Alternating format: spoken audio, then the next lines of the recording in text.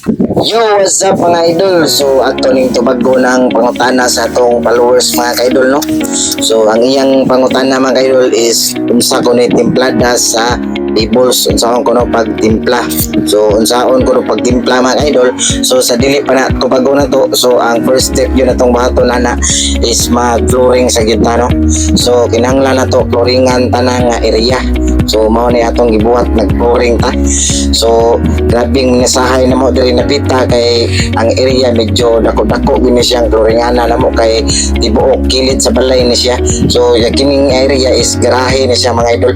So atong tubagon ang ayang pangutana mga ka-idol, no. Ang timplada na to ana sa Feebles mga busing is ang akong timpla mga busing is para luto din siya mga busing is 1 is to 2 gyud na mga busing. So katong white cement 40 kilograms ito mga busing.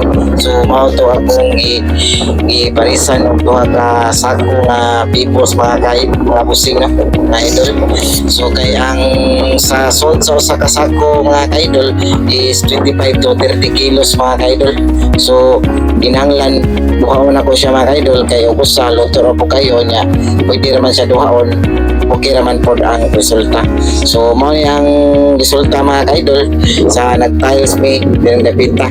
So ana ra siya mga idol 1 is to 2 ang templada kay ang Feebles man gud di makapareha yung timbang na 25 na 30 kilos, no.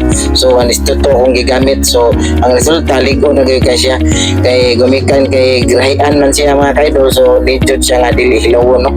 So kinahanglan luto gyud. So mao ni finish project sa among gibuhat mga idol, no. So daghang kayong salamat sa inyong pagtan-aw. O unta di mo mabulan sa pagtan-aw ni akong video kay anahar po tayo magkatunan diri ginagmay mga ka-idol, no. Ay ato po di share sa inyo ha ang atong mga nakatunan sa pagtrabaho. Daghang kayong salamat.